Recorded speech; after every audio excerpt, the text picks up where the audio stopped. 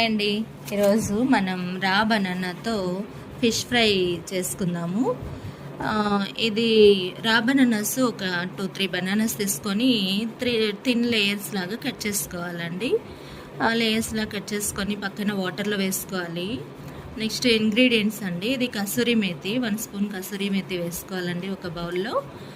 Next కొంచెం పసుపు, కొంచెం కారం, 1 స్పూన్ సాల్ట్, ధనియా పౌడరు, ఒక 2 స్పూన్స్ లాగా రైస్ ఫ్లోర్ తీసుకోవాలి, 1 స్పూన్ కార్న్ ఫ్లోర్ తీసుకోవాలి, కొద్దిగా గరం మసాలా అండి, ఒక చిటికెడు గరం మసాలా వేసుకోవాలి, 1.5 స్పూన్ అట్లా లెమన్ జ్యూస్ వేసుకోవాలండి. లెమన్ స్క్వీజ్ చేసి పెట్టుకున్నాను, అవి జ్యూస్ వేసుకోవాలి. వేసుకొని ఇంగ్రీడియంట్స్ అన్నీ మిక్స్ చేసుకోవాలండి. ఇవన్నీ బౌల్లో మిక్స్ చేసుకొని కొంచెం వాటర్ వేసుకోవాలి. కొద్దిగా వాటర్ వేసుకొని చక్కగా అన్నీ మిక్స్ అయ్యేలాగా మిక్స్ చేసుకోవాలండి. మనం బజ్జీల పిండికి ఎలా అయితే మిక్స్ చేసుకుంటామో ఆ విధంగానే మిక్స్ చేసుకొని మనం ఈ లేయర్స్గా కట్ చేసుకున్నాం కదండి, బాగా థిన్గా కట్ చేసుకుంటాము. ఇవి చూడడానికి ఫిష్ పీసెస్లా ఉన్నాయి కదా, ఫిష్ ఎలా అయితే ఉంటాయో అలా ఉన్నాయి కదా.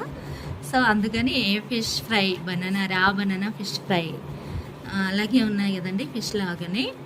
సో ఈ పీసెస్ అన్నీ దీంట్లో ఈ పిండిలో వేసుకోవాలండి.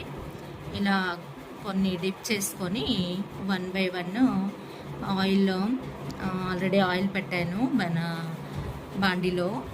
సో ప్యాన్లో ఆయిల్ వేసుకొని ఆయిల్ కొంచెం వేడైనాక ఆయిల్లో వేసుకోవాలండి. మరి ఎక్కువ ఆయిల్ పట్టదు, కొంచెం ఆయిలే సరిపోతుంది.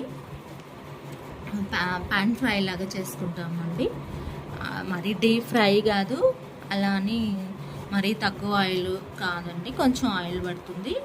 సో ఈ విధంగా పాన్ ఫ్రై చేసుకోవాలండి. ఇవన్నీ 1 by 1 పీసెస్ ఇవి వేసుకోవాలి, ఈ లేయర్స్ అన్నీ.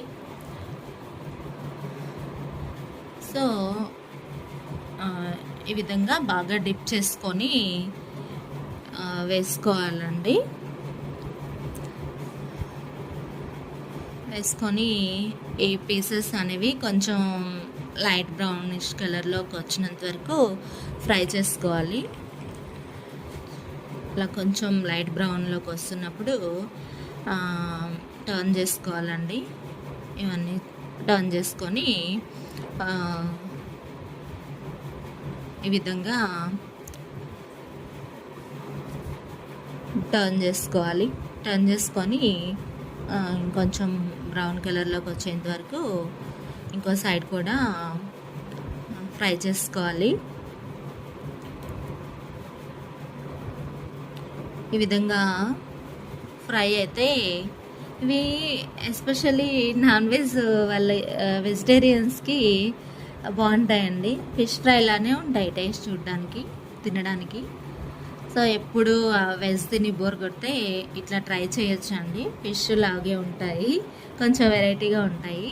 ఇలా మనము రైస్లో సైడ్ డిష్ లాగా పెట్టుకొని సాంబార్ కానీ టమాటో చట్నీతో కానీ సర్వ్ చేసుకుంటే బాగుంటుందండి.